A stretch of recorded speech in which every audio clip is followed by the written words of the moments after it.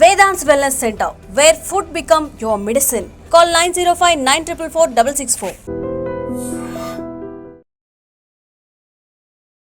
నమస్కారం, welcome to I dream ధర్మ మార్గం విత్ విజిత కార్యక్రమానికి స్వాగతం.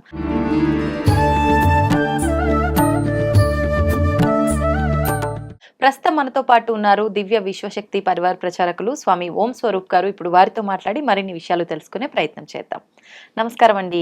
దివ్య స్వరూపులందరికీ శుభాశీస్సులు. మానవుల ఆలోచన విధానం ఏ రకంగా ఉంటుందంటే, ఏది మనతో పాటు రాదు, అసలు ఏది శాశ్వతం కాదు అని తెలిసి కూడా అదే స్వార్థంతో ముందుకెళ్తూనే ఉంటారు.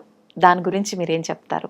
మానవులు ఎంతో అదృష్టం చేసుకుంటే, పుణ్యం చేసుకుంటే అదృష్టం వస్తుంది. ఈ జన్మలో పాత బాకీలు తీర్చడానికి, పూర్వజన్మలో చేసినవన్నీ కంప్లీట్ అవ్వడానికి మిగిలినవి ఇది ఒక అవకాశం. దాన్ని సద్వినియోగపరచుకోవడానికి మానవులు ఎప్పుడు సద్బుద్ధితో, జ్ఞప్తితో, గుర్తుతో ఉండి ఏం చేస్తున్నాం అనేటువంటి విషయాన్ని జ్ఞానంతో ప్రవర్తించాలి. తప్పని తెలిసి చేయడం వల్ల మహా తప్పు జరుగుతుంది. పాపం అని తెలిసి పాపం చేయడం వల్ల మహాపాపాత్ముడు అవుతాడు. అంటే తెలిసి చేయడమే కదా. Knowingly doing is a sin. చెయ్యాలి, కష్టపడాలి, సంపాదించాలి, తప్పులేదు. కానీ ఒకరిని సంహరించి, ఒకరిని హత్య చేసి, ఒకరి నుంచి దొంగిలించి లాక్కొని ఇలాంటివి కొన్ని ఉంటాయి. అది అవసరం లేదు పక్కన వాళ్ళని. మరి అలాగే మనం ఒకరిని లాక్కున్నప్పుడు, ఒకరిని హింస పెట్టినప్పుడు, మరి మన్ని కూడా మనకంటే బలవంతుడు మన్ని కూడా అదే పని చేస్తాడు.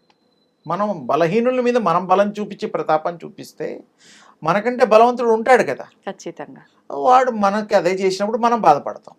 ఈ బాధ ఎందుకు క్యారీ అవుతుందంటే, God has giving punishment to you.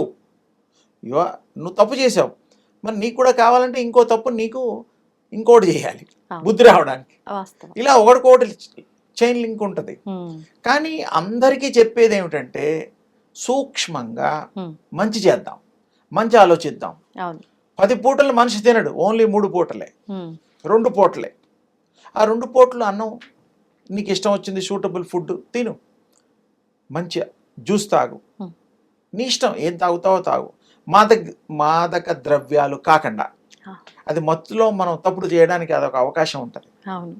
అందుకని మానవులు ఇది సత్యం తెలుసుకొని ఇతరులకు ఇబ్బంది లేకుండా సంఘ జీవనం చేస్తూ, భార్య పిల్లల్ని అందరినీ సంతోషపెడుతూ ఉంటే స్వర్గం ఎక్కడో లేదు, ఇహంలోనే ఉంది. భార్య పిల్లలతో, అమ్మ నాన్న, సోదరులతో, సోదరీమణులతో, చుట్టాలు పక్కాలు వీళ్ళందరితో ఉంటే వాడికి ఇంకో సంఘం అవసరం లేదు. అంత సంఘంతో కలిసిపోయినట్టు భావన వస్తుంది. ఓ 10 మంది కూర్చొని తింటూ ఉంటే ఆనందం, లాక్కొని తింటే ఆనందం లేదు. ఆ క్షణంలో లాక్కున్నందుకు లాక్కున్నాను, వాడిని బుద్ధి లేని వాడిని, నేను బుద్ధిన వాడిని మోసం చేశాను అనుకోవచ్చు. అది కాసేపటికే, తర్వాత మనం అనుభవించాల్సిందే. అదే తిరిగి వస్తుంది అన్నట్టుగా. జస్ట్ లైక్ బాల్ ఉంటుంది, ఆ బాల్ గోడ కొడితే మళ్ళీ అదే స్పీడ్తో వస్తుంది.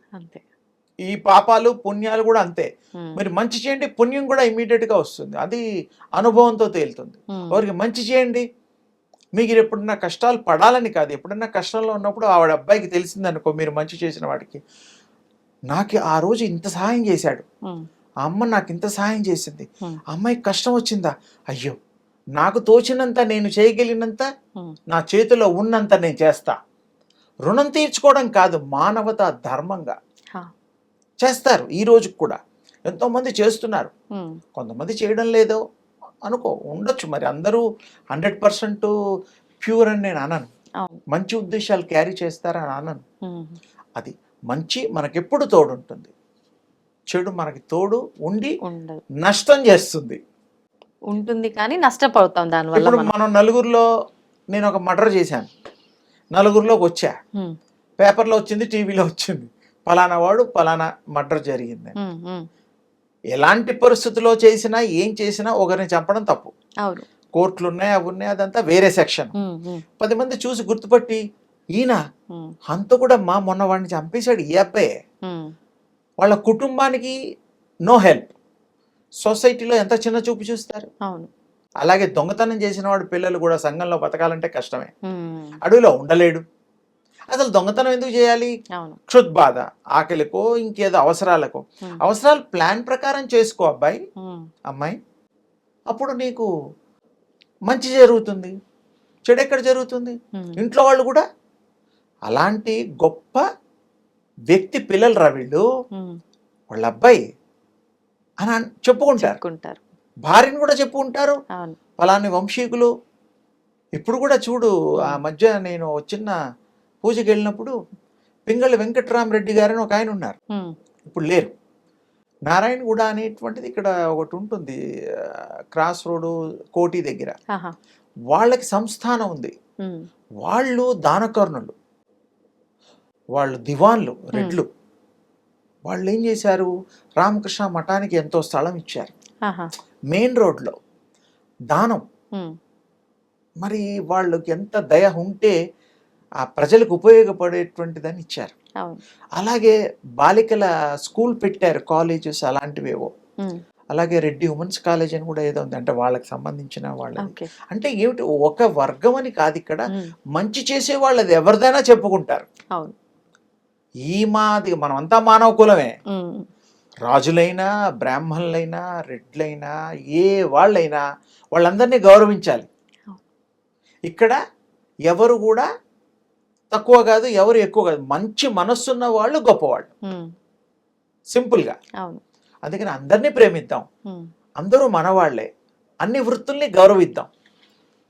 మనం మనుషులమేగా. అవును. నీకు ఆ టాలెంట్ ఉంది, ఓకే చేస్తున్నాం, ఉమ్, సంతోషం. ఉమ్, అందుకని ఏకం అనేకం, ఉమ్, మనమంతా ఒకటే, మనది మానవ కులం, ఆ, మంచి తత్వము మంచి బుద్ధి కలిగిన ఈ యొక్క వికాసము కలిగినటువంటి సంఘజీవులం. ఉమ్, అందుకని ఇలా చేయడం వల్ల అందరికీ శుభం జరుగుతుంది.